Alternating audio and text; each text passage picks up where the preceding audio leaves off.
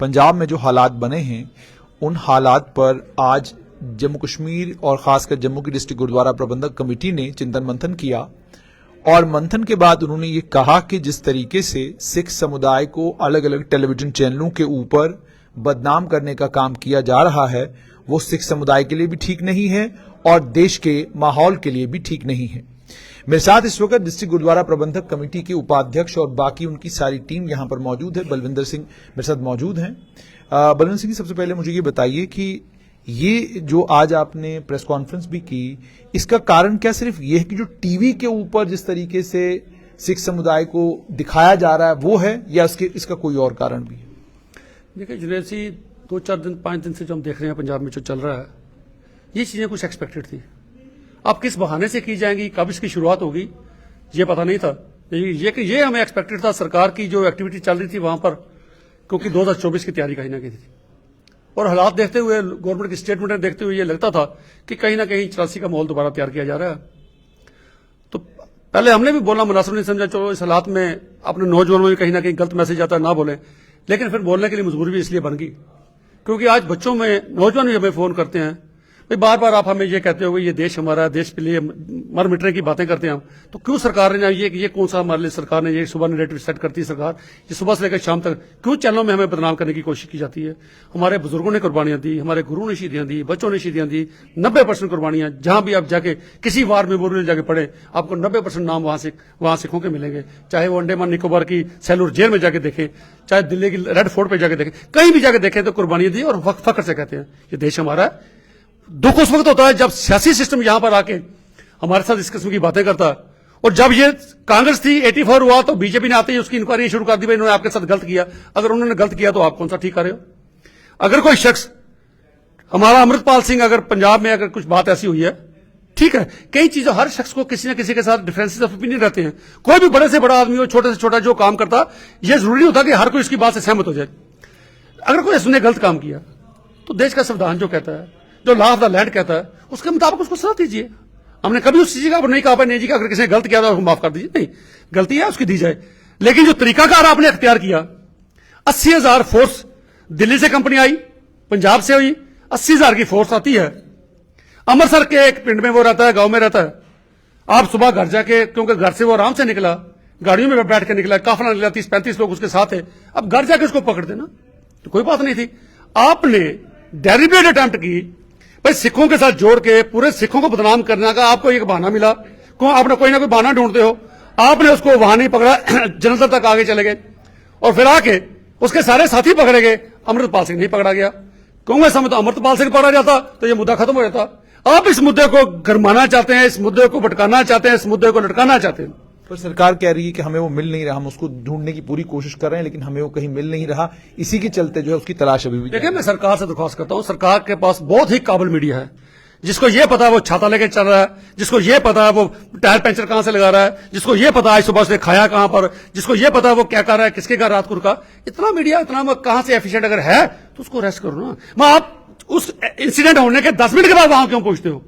इतनी एजेंसियां लगी है, इतनी फोर्स लगी है, हर इंसिडेंट होने के बाद फोटो आपको मिल जाता, वो नहीं मिलता, तो ये सरकार इस चीज को गर्म रखना चाहती है। तो कौन सी सरकार? आप पंजाब सरकार की बात करें, केंद्र सरकार की बात करें? मुद्दे कुछ दोनों के जब आपस में मिले ना, कुछ पंजाब के ऐसे मुद्दे थे, ड्रग का मुद्दा कह लीजिए पंजाब में, गैंगवार था, और लॉरेंस बिश्नोई की जो लेटेस्ट वीडियो एक जेल के अंदर से लाइव चलती है, तो ये एक होम मिनिस्टर, अपने होम मिनिस्टर भी वही है पंजाब के, मान साहब के पास होम डिपार्टमेंट है, उनके लिए बहुत बड़ा एक तमाचा था। भाई आपके डिपार्टमेंट में रहकर जेल के अंदर से लाइव निकलता है और वो एडमिट करता है, भाई मेरे गुरुओं ने बहुत बड़े बड़े वीआईपी जहां पर जितने मारे हैं ये हमने मारे हैं, उसको एडमिट करता है। तो ये भी कहीं ना कहीं शर्मसार करता था इनको, उससे लोगों का ध्यान भटकाने के लिए। और केंद्रीय सरकार के भी कई मुद्दे ऐसे हैं जो चर्चा का कारण बने रहे, पार्लियामेंट में भी चर्चा के कारण बने रहे, तो जिस वजह से होश भी अड़चन हो गए, तो कहीं ना कहीं मुद्दों को भटकाने के लिए, तो फिर मैं समझता हूं एक उनको मौका, बड़ा सुनहरी अवसर मिला उनको। भाई सिख कौम को बदनाम करने का इससे बड़ा अवसर नहीं मिलेगा, क्योंकि 2024 निशाना है सामने, तो उसको रख के तो पंजाब में जो पंजाबियत का हमारा भाईचारा, हिंदू सिख कल्चर जो भाईचारा हमारा सदियों से बड़ा प्यार से चल रहे हैं। हाँ, कुछ 80s का दौर, 90s का दौर छोड़ दीजिए जिसमें मिलिटेंसी हुई, दोनों तरफ का नुकसान हुआ, हिंदुओं का भी हुआ, सिखों को भी हुआ, जो नहीं होना चाहिए, क्योंकि किसी भी हम दहशत गर्द एक्टिविटीज को हम सपोर्ट नहीं करते। लेकिन फिर आज जाके ये लगता है आज जो सरकार ने दहशत का माहौल किया, इससे नौजवानों को भी एक कहते हैं बगानापन, जैसे बगानापन का एहसास हुआ कि बार बार हम कहते हैं ये देश हमारा, हमारे गुरु ने इसके लिए कुर्बानियां दी हैं, आज फिर हमें इस बेगानगी का एहसास कराया जाता है। आज मीडिया में वर्ल्ड वाइड आप शब्द करते हो ये खालिस्तानी है, खालिस्तानी है, खालिस्तानी। क्यों भाई बार बार हम सबको कहते हैं भाई, क्यों बार बार हमें सर्टिफिकेट लेने की जरूरत पड़ रही है? क्यों? क्या सिर्फ मेजॉरिटी कमेटी है नेशनलिस्ट है? क्या सिख नेशनलिस्ट नहीं है? तो प्रधानमंत्री जी ने भी कई बार बोलते हुए कहा नहीं जी सिखों की बलिदान जो देश के लिए हम कभी नहीं भूल पाते। होम मिनिस्टर साहब ने कई बार गुरुद्वारा में जाकर कहा जी सिखों के बलिदान है, सिखों ने देश के आजाद कराने की जो काम किए हैं इनको हम कभी नहीं बोल सकते, बोल नहीं सकते। तो फिर सिखों को ये खालिस्तानी टैग क्यों लगाना शुरू कर देते हो? क्यों आप मीडिया को नहीं रोकते? क्यों ऐसे लोग जो कमेंट्स करते हैं हर नौजवान को खालिस्तानी कह के, बच्चों में भी इरिटेशन होती है, उनमें भी कहीं ना कहीं फिर नफरत फैलती है। भाई क्यों इस देश के लिए मर मिटने के लिए हमें क्या इनाम मिला? यह इनाम मिला कि आज वर्ल्ड वाइड आप जाके हर यही बात 84 में हुई थी। 84 में मैं नेपाल में था, 84 में हमने देखा था, उस वक्त भी इन्होंने यही काम किया था। पंजाब दरबार साहब के अंदर से कुछ ऐसी चीजें, लेडी गारमेंट्स, कुछ ऐसी चीजें वर्ल्ड वाइड तमाशा किया था। पर ये देखिए दरबार साहब के अंदर से ये सामान मिला, वही चीजें आज भी चल जा रही हैं। जो है जी दुख होता है जिस देश के लिए किसी ने अपना प्राण न्यौछावर किए हो, बुजुर्गों ने कुर्बानियां दी हो, तो जो देश इन चीजों को जब प्रमोट करे फिर दुख होता है। क्या आपको आप ये कहने की कोशिश कर रहे हैं कि जो कुछ टीवी पे चल रहा है आप उसकी बात कर रहे हैं, या आपको लगता है कि उस तरीके से भी सरकार अलग अलग माध्यमों से प्रचार प्रसार कर रही है इन सभी चीजों का? देखिए सरकार भी कहीं ना कहीं अगर मैसेज में बाहर जाके बड़ी बड़ी बोर्डिंग होर्डिंग लगाई जा रही है, इन चीजों को किया जा रहा है, फिर सरकार भी कहीं ना कहीं इन्वॉल्व है इन चीजों में इन्वॉल्व है। बाकी मीडिया तो सरकार का एक मुखौटा बन के रह गया आजकल। कई बड़े बड़े चैनलों में सुप्रीम कोर्ट ने कई बार कह दिया, और बड़े बड़े हम पीछे पढ़ रहे थे, उन्होंने कहा भाई अगर डेमोक्रेसी जमहूरियत को जिंदा रखना है तो मीडिया को आपको इंडिपेंडेंट रखना पड़ेगा। लेकिन मीडिया इंडिपेंडेंट नहीं है, मीडिया वही बोलता है जो सरकार सुबह उसको टाल। आप चाहते क्या हैं सरकार से, क्योंकि आपने ये प्रेस कॉन्फ्रेंस जो है जम्मू कश्मीर में की है, यहां की सरकार से आप क्या चाहते हैं? देखिए रियासत की सरकार हमेशा कंप्रोमाइज रही है, हमें कोई इससे ज्यादा गिला शिकवा नहीं रहा। हाँ पॉलिटिकल सिस्टम में रहा होगा भाई, कुछ बात हमारी अगर एलजी साहब ने नहीं मानी, वो गिले शिकवे अलग है, वो हमेशा सरकारों के साथ चलते हैं। लेकिन इस दौर में आके मेरी रियासती सरकार से, मेरी पुलिस एडमिनिस्ट्रेशन से, सिविल एडमिनिस्ट्रेशन से दरख्वास्त है कि नौजवानों को अननेसेसरी किसी को हरास न किया जाए। और मैं सरकार से जहां करता हूं वहां अपने नौजवानों को भी कहता हूं भाई कम से कम आप गैर संवैधानिक गतिविधियों में कहीं भी इन्वॉल्व ना हो। देश के हालात इस वक्त ऐसे हैं, सरकार तो चाहती है कि आप उसके चंगुल में फंसे। उसने तो जाल बिछा के रखा है भाई ये हमारे चंगुल में फंसे और हम इसको ठोक दें। मैं नौजवानों को कहता हूं डीजीपीसी आपके साथ है, अपने लोगों के साथ है, लेकिन किसी भी गैर संवैधानिक एक्टिविटीज में इन्वॉल्व मत होइए, काम कीजिए। सरकारों से मेरी ये दरख्वास्त है कि एक तो इस प्रोपेगेंडा का बंद कीजिए। मैं माननीय प्रधानमंत्री जी से दरख्वास्त करना चाहूंगा, होम मिनिस्टर साहब से भी, भाई इस प्रोपेगेंडा का बंद कीजिए, इस मीडिया को कंट्रोल कीजिए। ये देश के सोशल फैब्रिक को कहीं ना कहीं नुकसान पहुंचाएगा।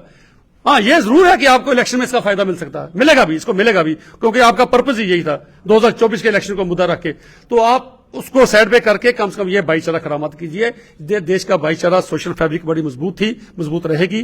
कुछ आप वोट बैंक खातर ऐसे वोट को क्या आप ये बात मानेंगे कि ये पंजाब सरकार की भी नालायकी है कि पंजाब सरकार ने उतनी देर तक कोई कार्रवाई नहीं की जब तक ये हालात इतने खराब नहीं हुए? पंजाब सरकार के थाने के ऊपर हमला होता है, पंजाब सरकार के थाने से वो लोग अपने आदमी को लेकर निकल जाते हैं, ये सारी एक्टिविटीज हो रही थी। पंजाब सरकार जो है वो गुजरात के और हिमाचल के चुनाव में व्यस्त थी। तो क्या आप ये मानेंगे कि पंजाब सरकार की भी नालायकी है कि उन्होंने हालात को इतना खराब होने दिया कि अब जाकर जो है केंद्र सरकार ने उसके बाद इंटरवेंशन की और आप केंद्रीय गृह मंत्री के पास जाते हैं, वहां से उनसे मदद मांगते हैं और फिर उसके बाद ये सब कुछ बनता है? देखिए सरकारों को ये फर्क नहीं पड़ता हालात ठीक हो या खराब हो। सरकार अब वही मीडिया जो आए थे 10 दिन पहले तक अमृतपाल को कहां से कहां पहुंचा रहे थे, मुझे लगता है फिर कहीं ना कहीं ये साजिशाना तरीके रोज उसके इंटरव्यू हो उसको कर करके रोज उसके इंटरव्यू देके आप उसको पहुंचा रहे थे। आज एकदम ऑल ऑफ ए सडन वो ऐसा क्या हो गया कि आप यूटर्न ले लिया आपने, वहां की पंजाब की सरकार ने यूटर्न ले लिया? क्यों? अगर कहीं भी कोई ऐसी कुछ चीजें होती हैं, कोई अनलॉफुल एक्टिविटी होती है, उनको शुरुआती दौर में ही कहीं ना कहीं चेक करने की जरूरत है। बाकी अगर वो कुछ अच्छे काम कर रहे थे, अगर उसकी बाद उसने कोई ऐसी गलत काम किया है तो वो सरकार देखेगी, लॉ देखेगा, कोर्ट देखेगा, लॉ ऑफ द लैंड देखेगा, वो सरकारें देखें।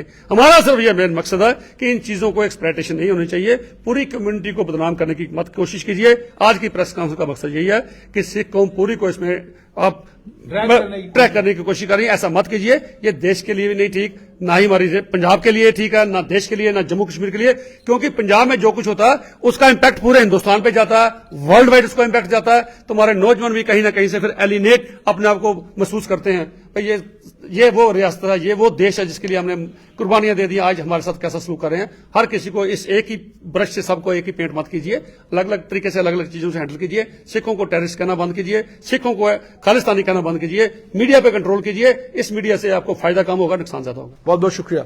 तो आपने सुन लिया कि ये डिस्ट्रिक्ट गुरुद्वारा प्रबंधक कमेटी का साफ तौर पर यह कहना है कि सिखों की कुर्बानियां अनथक हैं, सिखों की कुर्बानियां बेइंतहा हैं। उन तमाम कुर्बानियों को याद किया जाए और बार बार ये टेलीविजन चैनल के ऊपर पंजाब के लॉ एंड ऑर्डर को लेकर जो कुछ कहा जा रहा है वो सिख समुदाय बर्दाश्त नहीं करेगा।